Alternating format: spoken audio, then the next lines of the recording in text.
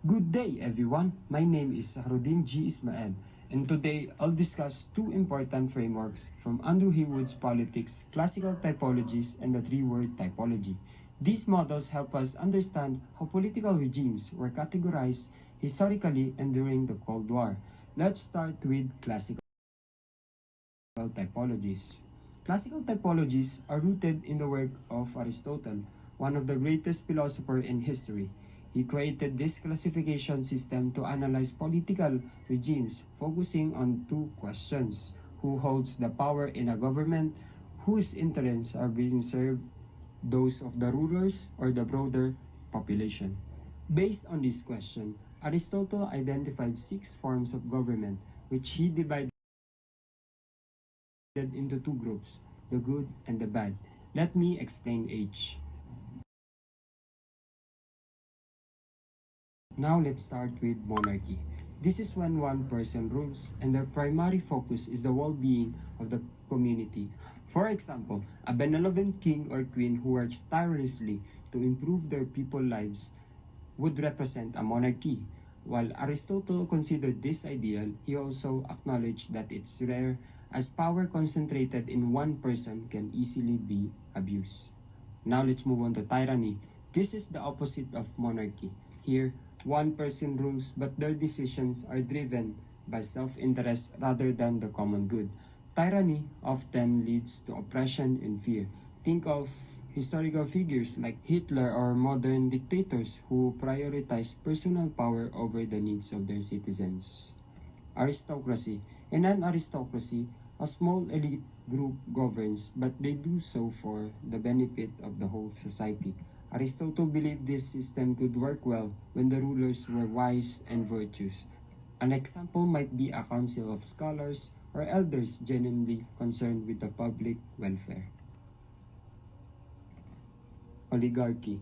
This is a corrupted version of aristocracy, where a small group rules for their own benefit rather than for the greater good. This might include powerful business magnates or influential families who use their position to enrich themselves while ignoring societal needs. And now with polity. Polity is a balanced form of government that combines elements of democracy and aristocracy. It involves rule by many, but in a way that prioritizes the common good. For Aristotle, this was the most practical, sustainable system. It's similar to modern mixed systems where both elite and the broader public participate in governance. And for the last one, and the most we are familiar with, is democracy. Unlike today's positive view of democracy, Aristotle viewed it as a rule by many, but driven by self-interest. He thought it could devolve into mob rule, where decisions are made impulsively without regard for justice or the long-term interests of society. This is why Aristotle preferred polity over democracy. Now, these typologies give us foundational framework, but their applicability to modern political system is limited. Contemporary governance is more complex, often blending features of multiple categories. Now, before I wrap up the discussion on classical typologies, I'd like to highlight 4 additional concepts that are closely related to this framework: demagogue, absolutism, republicanism, and totalitarianism. This concept describes different leadership styles and system of governance that have shaped political thought and practice. Let's start with the concept of demagogue. The demagogue is a political leader who gains support by appealing to people's emotions, fears, and prejudice, rather than presenting logical or reasoned arguments. They often exploit public discontent and use populist rhetoric to manipulate the masses. For example, a demagogue might focus on blaming a particular group for societal problems, using slogans or dramatic speeches to rally people behind them. This can undermine rational debate and lead to division. Historical examples include figures who rose to power during periods of economic or societal instability. Next is absolutism. This refers to a system of government where a single ruler holds supreme and unchecked authority. Absolutist rulers are not bound by constitutional limits, or other institution. A classic example is King Louis XIV of France, famously known as the Sun King. He centralized power, controlled all aspects of governance, and declared, "I am the state." Absolutism was often justified by divine rights of king, where rulers claimed their authority came directly from God. While this system ensured strong centralized control, it also often led to oppression and resistance from those who demanded greater freedoms.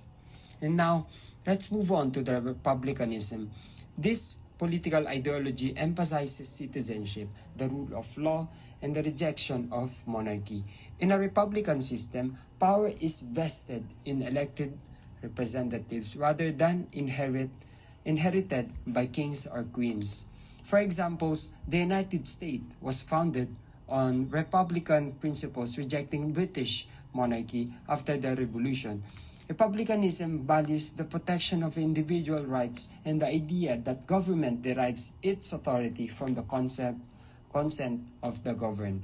It's a system that promotes accountability and participation. And finally, we have totalitarianism.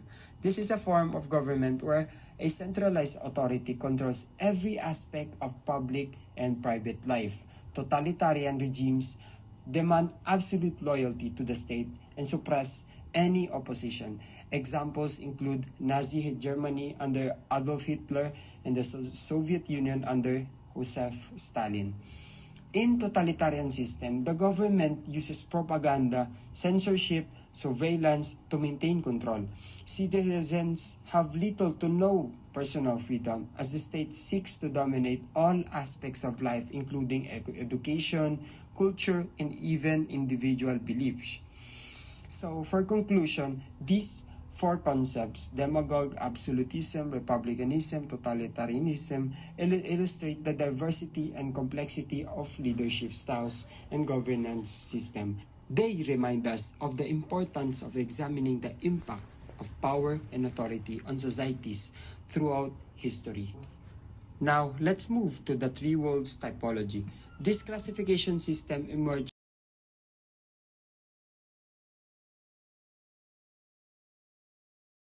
during the Cold War to categorize countries based on their political and economical system. It reflects the ideological and economic divisions of the 20th century. Here are the three categories explained in detail. First world. The first world included capitalist democracies such as the United States, Western European nations, and Japan. These countries were characterized by high levels of industrialization, strong economies driven by free markets, political systems based on democracy where citizens have a voice in governance. These nations were seen as stable, affluent, and leaders of the capitalist ideology. However, there was inequality within these countries, and their global influence often came at an expense of developing nations. Let's move on to the second one, which is the second world. The second world referred to communist states like the Soviet Union, China during its Maoist era, and Eastern European nations under Soviet influence. Key features included are centralized economic planning, where the government controlled production and distribution. One-party political systems, often suppressing dissent and individual freedoms. And the next one is a focus on providing basic needs like housing, education, and healthcare to the population. While these states achieved industrialization and offered some social benefits, they struggled with inefficiencies, lack of innovation, and limited personal freedoms. Let's move on to the third. And now let's move on to the third world. This group included most of the nations in Asia, Africa, and Latin America. Common characteristics were economic underdevelopment with low industrialization and reliance on agriculture or resource exports.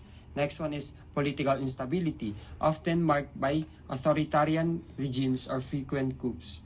And the last one is dependency on foreign aid or trade relationship with the first and the second worlds. However, it's important to note that the diversity within this category, for example, oil-rich nations like Saudi Arabia and industrialized economies like South Korea didn't fit the poor and the dependent stereotype. Three worlds typology faced several challenges as global dynamics shifted. The first one is economic growth in some third world nations, such as the rise of Asian tigers like the South Korea, Taiwan, Singapore, and Hong Kong, blurred the lines between categories. The second one is the democratization and political liberalization in some parts of Asia, Latin America, Africa undermined the stark divisions between first and third worlds. And the third one is the collapse of communist regimes in Eastern Europe during the late 20th century made the second world category obsolete. By the 1990s, this model became outdated as globalization, economic integration, and political changes reshaped the global landscape. So, in conclusion, these two frameworks, classical typologies and the three-world typology, offer historical insights on how political regimes were classified. Aristotle's typologies focus on governance, moral, and practical dimensions, while the three worlds typology highlights the ideological divisions of the Cold War era, although neither model fully applies to today's political systems, they remain valuable for understanding the evolutions of political thought. Thank you so much for your attention, and I hope this presentation deepened your understanding of this political classification. Goodbye.